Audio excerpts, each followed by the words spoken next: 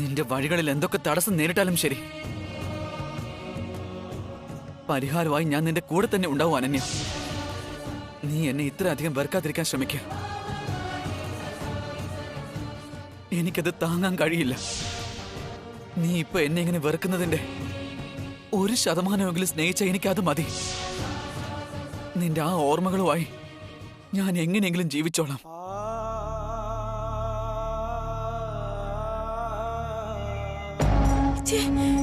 എത്ര അന്വേഷിച്ചിട്ടും അമ്മയുടെ മൃതദേഹം കാണുന്നില്ലല്ലോ.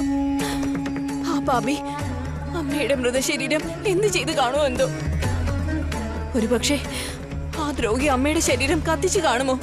ഇല്ല, അമ്മയുടെ ശരീരം എനിക്ക് വേണം. അമ്മയെ എനിക്ക് രക്ഷിക്കണം. പക്ഷേ അമ്മയുടെ മൃതശരീരം എന്റെ കയ്യിലില്ലല്ലോ. ഞാനിനി എന്ത് ചെയ്യും? അമ്മയുടെ മൃതശരീരം കൂടെ ഉണ്ടായിരുന്നപ്പോ അമ്മ എന്നും എന്റെ കൂടെ ഉള്ളതുപോലെ ഒരു ഓർമ്മയുണ്ടായിരുന്നു. ആ ഓർമ്മകളിൽ അമ്മയെ കണ്ട് ഞാൻ സമാധാനിച്ചിരുന്നു. ഇന്നോ നാളെയോ അമ്മയ്ക്ക് പുനർജീവൻ നൽകാമെന്ന് കരുതി. പക്ഷെ ഇപ്പോൾ അതിനുള്ള സാധ്യതയില്ലല്ലോ. ഇനി ഞാൻ ജീവിച്ചിരുന്നിട്ട് എന്ത് കാര്യം? അമ്മയുടെ മൃതശരീരം എനിക്ക് കിട്ടിയേ പറ്റൂ. അത് ലഭിച്ചില്ല എന്നുണ്ടെങ്കിൽ അതിന് കാരണക്കാരായ ഓരോരുത്തരെ ഞാൻ കൊന്നൊടുക്കും. അമ്മേ, അമ്മേ. ഏട്ടാ, ഈ അനന്യ ഇനി എത്ര നേരം ഇങ്ങനെ ധ്യാനം ചെയ്യും? പുറത്തേക്ക് വരുന്നതേ ഇല്ലല്ലോ. ഇവള് ധ്യാനം ചെയ്യുന്നത് കണ്ടാൽ ഹിമാലയത്തിൽ തപസ് ചെയ്യുന്ന മഹർഷിമാര് പോലും തോറ്റുപോകും. അയ്യോ, അങ്ങനെയൊന്നുമില്ല രാജി. ഇവളൊക്കെ എന്ത് ധ്യാനിക്കാന്? മുറി അടച്ചിരുന്നിട്ട് ഇത്രയും നേരമായിട്ട് പുറത്തേക്ക് കാണാതിരിക്കുമ്പോ അവൾ അകത്തിരുന്ന് എന്തോ മന്ത്രം ജപിക്കുകയാണോ എന്ന് സംശയിക്കണം. ഏട്ടൻ എന്താ ഈ പറയുന്നേ? അതെ രാജി, ഈ മന്ത്രവും ജപവും ഒക്കെ ചെയ്യുന്നത് ഗ്രഹണത്തിന്റെ അന്ന് തന്നെയാ. ഇന്ന് സൂര്യഗ്രഹണമല്ലേ? നമ്മൾ ആരും അറിയാതെ മുറി അടച്ചിരുന്ന് മന്ത്രതന്ത്രങ്ങളൊക്കെ ചെയ്യാമല്ലോ. ധ്യാനത്തിലിരിക്കുകയാണെന്ന് നമ്മളോടൊക്കെ നുണയും പറയാം. അതെ, നിങ്ങൾ എന്തൊക്കെ ഈ പറയുന്നേ? മായയും മന്ത്രവും ഒക്കെ ചെയ്യുന്നത് ശ്മശാനത്തിലാ. വീട്ടിലെങ്ങനെയായിട്ടാ ഇതൊക്കെ ചെയ്യാൻ പറ്റുന്നത്? രാജി, ദുർമന്ത്രവാദം പഠിച്ചവർക്ക് വീടായാലെന്താ കാടായാലെന്താ എവിടെ വേണമെങ്കിലും അത് ചെയ്യാവുന്നേ. നമ്മൾ അന്ന് ആ സ്വാമിയെ കാണാൻ പോയില്ലേ? അയാള് വീട്ടിനകത്തായിരുന്നോ? അല്ലല്ലോ, ഗുഹയ്ക്കുള്ളിലല്ലായിരുന്നോ? ഏട്ടൻ പറയുന്നത് ശരിയാണെന്നാ തോന്നുന്നേ. അന്ന് ഇവളുടെ കൂടെ പോയ ചേച്ചി പേടിച്ചല്ലേ വീട്ടിലേക്ക് തിരിച്ചു വന്നത്? അന്ന് അനന്യ എന്തോ മന്ത്രം ചെയ്താണ് ചേച്ചിയെ പേടിപ്പിച്ചത്. എന്താ സംഭവിച്ചതെന്ന് ചോദിച്ചാൽ ചേച്ചി ഇപ്പൊ പോലും അത് ആലോചിച്ച് പേടിക്കുന്നതല്ലാതെ എന്താ സംഭവിച്ചതെന്ന് പറയുന്നില്ല. അവള് പറഞ്ഞില്ലെങ്കിലും കുഴപ്പമില്ല. സത്യം എന്താണെന്ന് നമുക്ക് കണ്ടുപിടിക്കണം. എങ്ങോട്ടേക്കാ? അവള് മുറിക്കകത്ത് കയറിയിരുന്ന് എന്താണ് ചെയ്യുന്നതെന്ന് ചെക്ക് ചെയ്യാം. എങ്ങനെ ചെക്ക് ചെയ്യാൻ പോവാ? ചേട്ടൻ പോയി അവളുടെ റൂം തുറക്കുകയാണെങ്കിൽ എന്തിനാ അനന്യയുടെ റൂമിലേക്ക് പോകുന്നതെന്നും പറഞ്ഞ് ആ വിക്രമും സരോജയും 100 കൂട്ടം ചോദ്യങ്ങൾ ചോദിക്കും. അയ്യോ, കതക് തുറന്നു ചെന്നാൽ അവളുടെ ഉദ്ദേശം കണ്ടുപിടിക്കാൻ പറ്റില്ല. അതിന് വേറെ വഴിയുണ്ട്, ഞാൻ പറഞ്ഞുതരാം.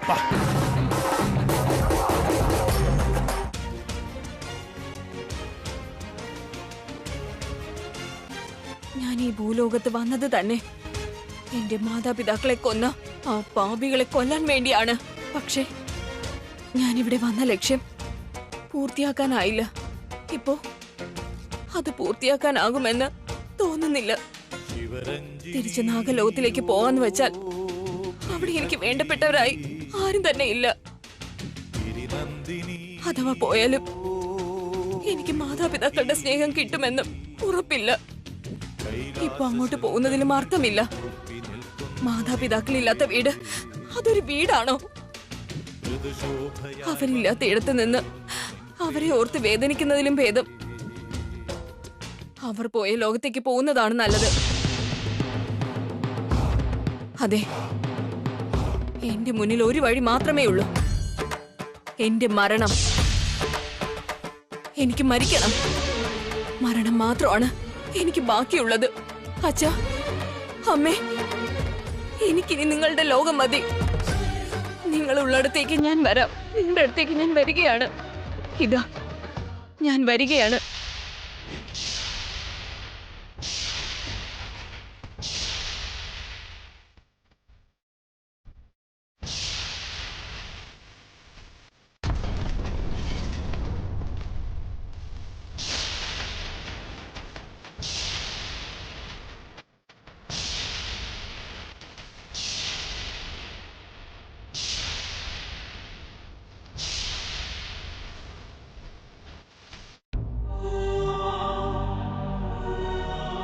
ഇതെന്താ പെട്ടെന്ന് അണഞ്ഞു പോയത്?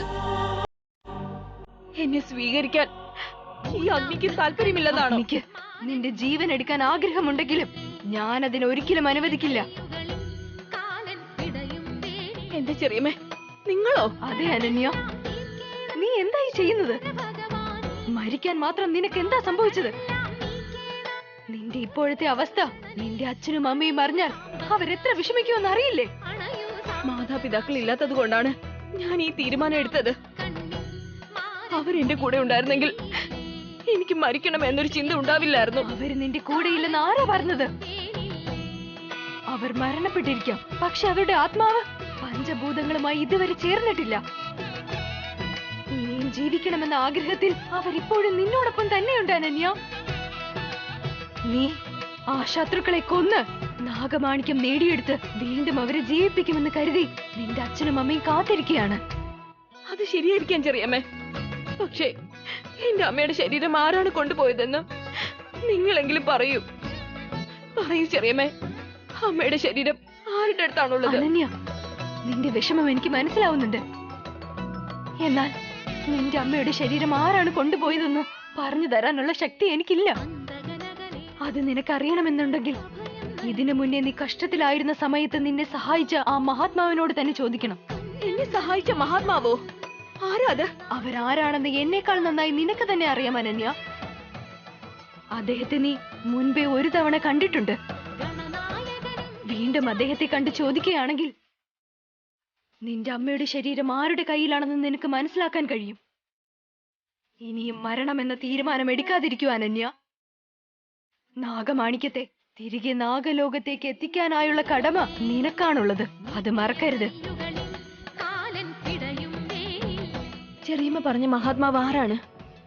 ഇതിനു മുമ്പ് ഞാൻ എവിടെ വെച്ചാണ് അയാളെ കണ്ടത്?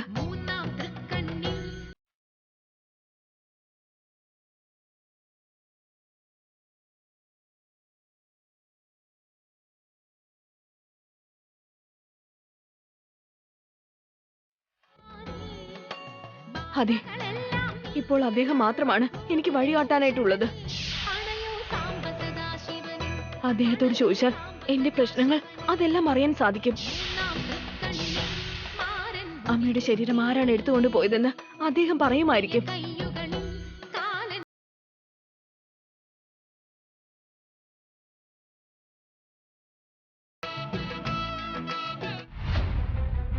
അർജുൻ എന്തു ചെയ്യുന്നു?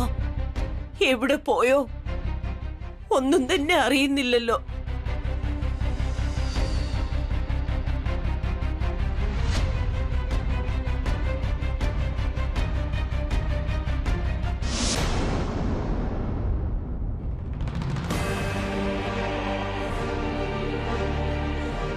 നോക്ക് മുത്തശ്ശി, ദേ അർജുൻ വന്നു.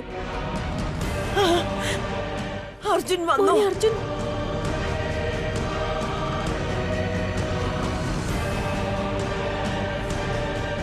ആ ശിവഭഗവാൻ നമ്മുടെ പ്രാർത്ഥന കേട്ടു. അവൻ വീട്ടിലേക്ക് തിരിച്ചെത്തിയല്ലോ. എന്റെ ജീവൻ തിരിച്ചു കിട്ടി. അർജുൻ, നീ എന്താ ഇത്ര താമസിച്ചത്?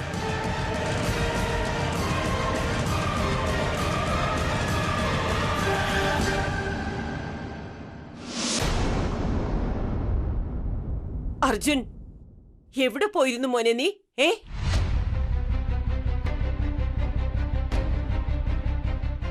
അർജുൻ, ഞങ്ങൾ ചോദിച്ചതിനൊന്നും മറുപടി പറയാതെ ഇങ്ങനെ മിണ്ടാതെ പോയാൽ നിനക്ക് എന്താ പറ്റിയേ? ഇത്രയും നേരമായിട്ട് നിന്നെ കാണാതെ ഞങ്ങൾ എന്തുമാത്രം പേടിച്ചോന്നറിയോ? നീ എന്താടാ അർജുൻ ഇങ്ങനെ ഒന്നും മിണ്ടാതെ നിൽക്കുന്നേ? വിളിച്ചാൽ എന്താ ഫോൺ എടുത്താല്? എടാ, അറ്റ്ലീസ്റ്റ് ഞാൻ ഈ സ്ഥലത്താ ഉള്ളതെന്ന് ഞങ്ങളെ ഫോൺ ചെയ്തെങ്കിലും ഒന്ന് അറിയിച്ചൂടെ നിനക്ക്? എന്താടാ, എന്തു പറ്റി നിനക്ക്? ഞങ്ങൾ പറയുന്നതൊന്നും നീ കേൾക്കുന്നേയില്ലേ? ഇത്രയും സമയം എവിടെയായിരുന്നു എന്ന് പറ.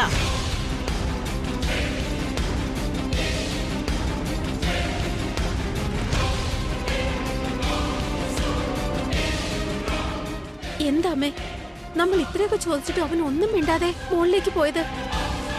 എനിക്ക് നന്നായിട്ട് പേടിയുണ്ടമ്മേ. നീ പേടിക്കണ്ട ഹേമ, ഒന്നും സംഭവിക്കില്ല. ഗ്രഹണ സമയത്ത് അവൻ പുറത്തേക്ക് പോയിട്ട് വന്നതല്ലേ, അതുകൊണ്ടാ അവന് ദൃഷ്ടി പെട്ടതായിരിക്കും. എന്തായാലും ഒരു തവണ അവന് ദൃഷ്ടി ഒഴിഞ്ഞേരെ ഒക്കെ ശരിയായിക്കൊള്ളും. ഞാൻ പാലിലും വെള്ളത്തിലുമൊക്കെ തുളസിയില ഇടാനുള്ള കാര്യങ്ങൾ ചെയ്യട്ടെ. അത് കഴിഞ്ഞ് നമുക്ക് ഒന്നിച്ച് ഭക്ഷണം കഴിക്കാം. ശരി അമ്മേ, അമ്മ പറഞ്ഞതുപോലെ ഞാൻ ആദ്യം അർജുന് ദൃഷ്ടി ഒഴിയാ. അമ്മ ഞാനും വരുന്നു.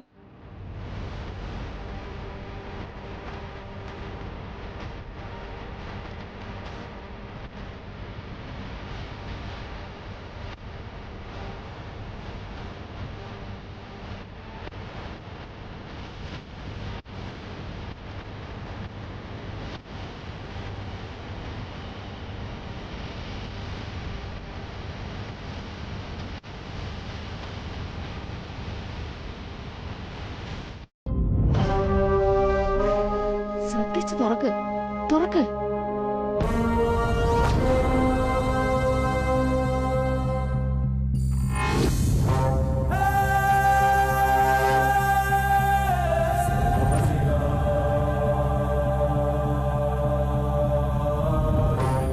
എന്താ രാജി ഇത്? അനന്യെ മുറിക്കുള്ളിൽ കാണുന്നതേ ഇല്ല. അല്ല, അവൾ അകത്തിരുന്ന് ധ്യാനം ചെയ്യുന്നു എന്നല്ലേ പറഞ്ഞത്? അവൾ എങ്ങനെയാ പുറത്തേക്ക് ഇറങ്ങിയത്? അതേന്നേ, സരോജമാണ് പറഞ്ഞത് അനന്യ മുറിക്കകത്ത് ധ്യാനം ചെയ്തുകൊണ്ടിരിക്കുകയെന്ന്. ഇവിടെ വന്ന് നോക്കിയപ്പോ അവളെ കാണാനേ ഇല്ല. ഏട്ടാ, അകത്തെ ഡോറിലേക്ക് ലൈറ്റ് അടിക്കേ. അകത്തുനിന്ന് ലോക്ക് ചെയ്തിട്ടുണ്ടോന്ന് അറിയാൻ പറ്റും. അതെ അതെ, ശരിയാ.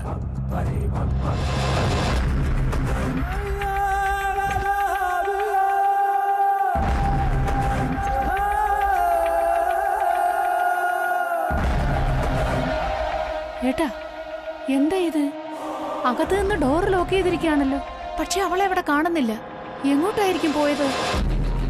അല്ല ഏട്ടാ, അവൾക്ക് എന്തോ മന്ത്രശക്തികൾ ഉറപ്പായിട്ടും അറിയാം. ഇല്ലായിരുന്നെങ്കിൽ അവൾ എങ്ങനെ ഈ മുറി വിട്ട് പുറത്തു പോകും? അതെ രാജി, അന്ന് ആ ചന്ദനത്തിന് കത്തിച്ചില്ലേ, അന്ന് അവൾക്ക് പകരം നിനക്ക് വീട് വിട്ട് പോകണമെന്ന് തോന്നിയില്ലേ? അതിലും ഇവൾക്ക് പങ്കുണ്ടെന്നാ തോന്നുന്നേ.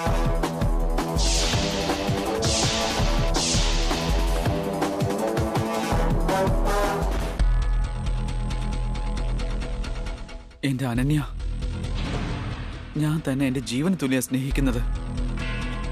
സത്യം പറഞ്ഞ ഇപ്പൊ എന്റെ ജീവിതവും ജീവനും ഒക്കെ നീയാ. നീ എന്റെ ജീവിതത്തിലേക്ക് വെളിച്ചം വീശാൻ വന്ന ദേവതയാണെന്നാ ഞാൻ കരുതിയത്. തന്നെ ജീവന് തുല്യം സ്നേഹിക്കുന്ന ഒരാളുടെ ആത്മാർത്ഥത മനസ്സിലാക്കാതെ ആട്ടിപ്പായിച്ചില്ലേ താൻ? ഇതൊക്കെ ശരിയാണെന്ന് തോന്നുന്നുണ്ടോ?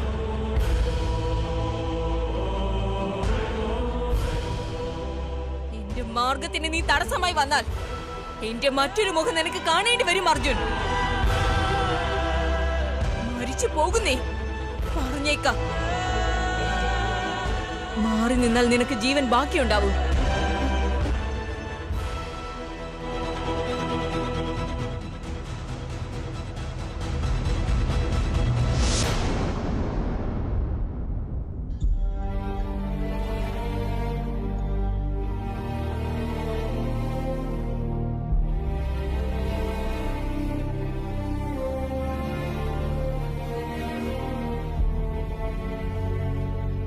അർജുൻ,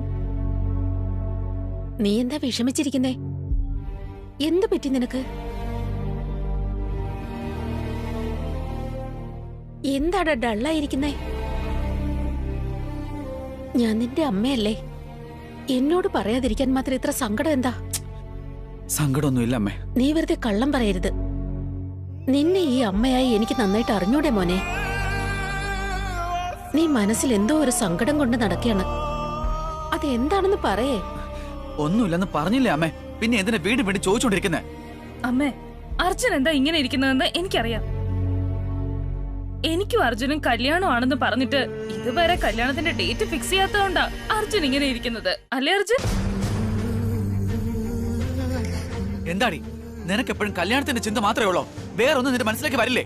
ശല്യപ്പെടുത്താൻ വരുന്നതിൽ ഒരു പരിധിയൊക്കെ ഉണ്ട്. നീ ആദ്യം നിന്റെ ഈ സ്വഭാവം ഒന്ന് മാറ്റാൻ നോക്ക്. അർജുൻ, ഇവള് പാവല്ലേടാ. നിന്നെ അവൾക്ക് എന്ത് ഇഷ്ടാണെന്നറിയോ? നീ എന്തിനാ അവളോട് ദേഷ്യപ്പെടുന്നേ? മയൂരി, അവൻ ദേഷ്യം വന്നപ്പോ എന്തോ പറഞ്ഞതാ മോളെ. ദൃഷ്ടി ഒഴിയേ.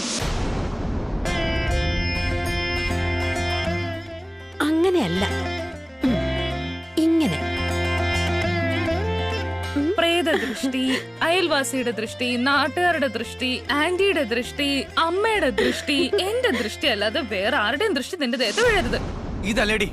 ഇതല്ലേടി നിന്നോട് ഞാൻ വേണ്ടെന്ന് പറഞ്ഞത്. എന്തു പറ്റി അർജുൻ? ഞാൻ എന്ത് ചെയ്തിട്ടാ? എന്ത് ചെയ്തുന്നോ? ഒരു ഭാര്യയെ പോലെ എന്നോട് അധികാരം കാണിക്കുന്ന നിന്റെ ഈ സ്വഭാവം ഒന്ന് മാറ്റ്. ദൃഷ്ടി ഒഴിയുവാണെന്നുള്ള വ്യാജേന നീ എന്നോട് സ്നേഹം കാണിക്കാൻ നോക്കണ്ട.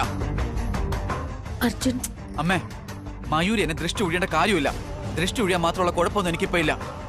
ദേവി അത് കുറച്ചു നേരത്തേക്ക് എന്നെ വെറുതെ വിട. അങ്ങനെയല്ലടാ ഇത്. അമ്മ, ദേവി അത് കുറച്ചു നേരത്തേക്ക് എന്നോടൊന്നും പറയാൻ നിൽക്കണ്ട. തൽക്കാലം എന്നെ എന്റെ വഴിക്ക് വിട്ടേക്ക്. ആദ്യം നിങ്ങളൊന്ന് പുറത്തേക്ക് പോയേ. അർജുൻ, ശരി അർജുൻ, നീ എത്ര നേരം ഒറ്റയ്ക്കിരിക്കാൻ ആഗ്രഹിക്കുന്നു അത്ര നേരം ഒറ്റയ്ക്കിരുന്നു. നീ സമാധാനത്തോടെ മാത്രം ഇരുന്നാൽ മതി എനിക്ക്. വാ മയൂരി.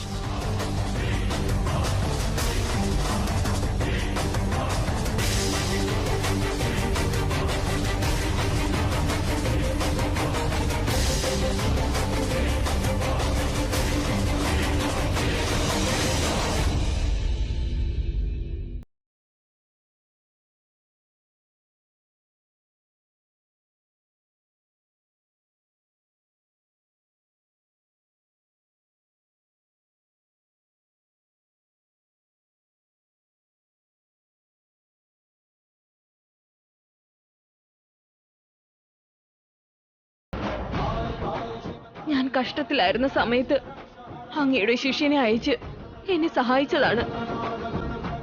എനിക്കേറ്റ പരാജയവും എന്റെ ലക്ഷ്യവും ഞാൻ നേരിട്ട അന്യായവും എല്ലാം അങ്ങേക്ക് അറിയാം. കുറച്ചു മുമ്പ് എന്റെ അമ്മയുടെ ശരീരം നഷ്ടപ്പെട്ടുവല്ലേ? അതിന് എന്നോട് സഹായം ചോദിച്ചു വന്നതാണ്, അങ്ങനെയല്ലേ? അതെ, എനിക്ക് എന്റെ അമ്മയെ തിരികെ വേണം. അമ്മയ്ക്ക് വീണ്ടും എനിക്ക് മറുജീവൻ നൽകണം. അതിന് ആ നാഗമാണിക്യം എനിക്ക് തിരികെ ലഭിക്കണം. അത് കിട്ടുന്നത് വരെ എന്റെ അമ്മയുടെ ശരീരം ജാഗ്രതയോടെ എനിക്ക് സൂക്ഷിക്കണം. അതുകൊണ്ടാണ് ഞാൻ ചോദിക്കുന്നത്, എന്റെ അമ്മയുടെ മൃതശരീരം എവിടെയാണ്? പറയൂ. വിഷമിക്കാതിരിക്കൂ അനന്യ. നിന്റെ അമ്മയുടെ മൃതശരീരം സുരക്ഷിതമായിരിക്കുന്നു. പക്ഷേ ഇപ്പോൾ നിനക്കത് കിട്ടാൻ സാധ്യതയില്ല. എനിക്കത് വേണം. അതെവിടെയുണ്ടെന്ന് അങ്ങ് എന്നോട് പറയൂ. അതെവിടെയാണെങ്കിലും ഞാൻ തിരിച്ചു കൊണ്ടുവരും. അതിന് നിന്നെ കൊണ്ട് കഴിയില്ല. അതിലെല്ലാത്തിലുമുപരി നിന്റെ അമ്മയുടെ മൃതശരീരം എവിടെയാണെന്ന് പറയാൻ ഇപ്പോഴെനിക്ക് കഴിയില്ല. അതിന് ആ മഹാദേവി തടസ്സമായി നിൽക്കുന്നു. അതിന്റെ കാരണം ആ മഹാദേവി തന്നെ പറയണം. ആരാണ്? ഏത് ദേവിയാണ് എന്നോട് സത്യം പറയുന്നതിൽ നിന്ന് അങ്ങേ തടയുന്നത്? സമയമാകുമ്പോൾ നിനക്കെല്ലാം വ്യക്തമാകും. നിന്റെ അമ്മയുടെ മൃതശരീരവും ലഭിക്കും. നീ ഇപ്പോൾ ആ മഹാദേവി കുടികൊള്ളുന്ന ക്ഷേത്രത്തിൽ പോയി ദേവിയെ സേവിച്ച് പ്രാർത്ഥിക്കും. ആ ദേവി നിനക്ക് വഴികാട്ടിത്തരും. ഏത് ക്ഷേത്രമാണത്? അതെവിടെയാണെന്ന് പറയൂ. ഞാൻ ഇപ്പോൾ തന്നെ അങ്ങോട്ട് പോവാം. ആ ദേവിയെ ഞാൻ പ്രാർത്ഥിക്കാം. ധൃതി കൂട്ടിയാൽ ഒരു കാര്യവും നടക്കില്ല. കുറച്ച് ക്ഷമ കാണിക്കും. ആ മഹാദേവന്റെ അനുഗ്രഹം വേണം. ഇനി മഹാദേവിയുടെ അനുഗ്രഹമാണ് വേണ്ടത്. എന്നാൽ മാത്രമേ നിനക്ക് നിന്റെ ലക്ഷ്യം നേടുവാനാകൂ. ഏതാനും ചില ദിവസങ്ങൾക്കുള്ളിൽ ആ ദേവി കുടികൊള്ളുന്ന പുണ്യക്ഷേത്രത്തിൽ നീ എത്തും. ആ ദേവി തന്നെ നിന്നെ അങ്ങോട്ട് വിളിക്കും. ദേവിക്കും നിന്നെ കൊണ്ടൊരു സഹായം ആവശ്യമുണ്ട്.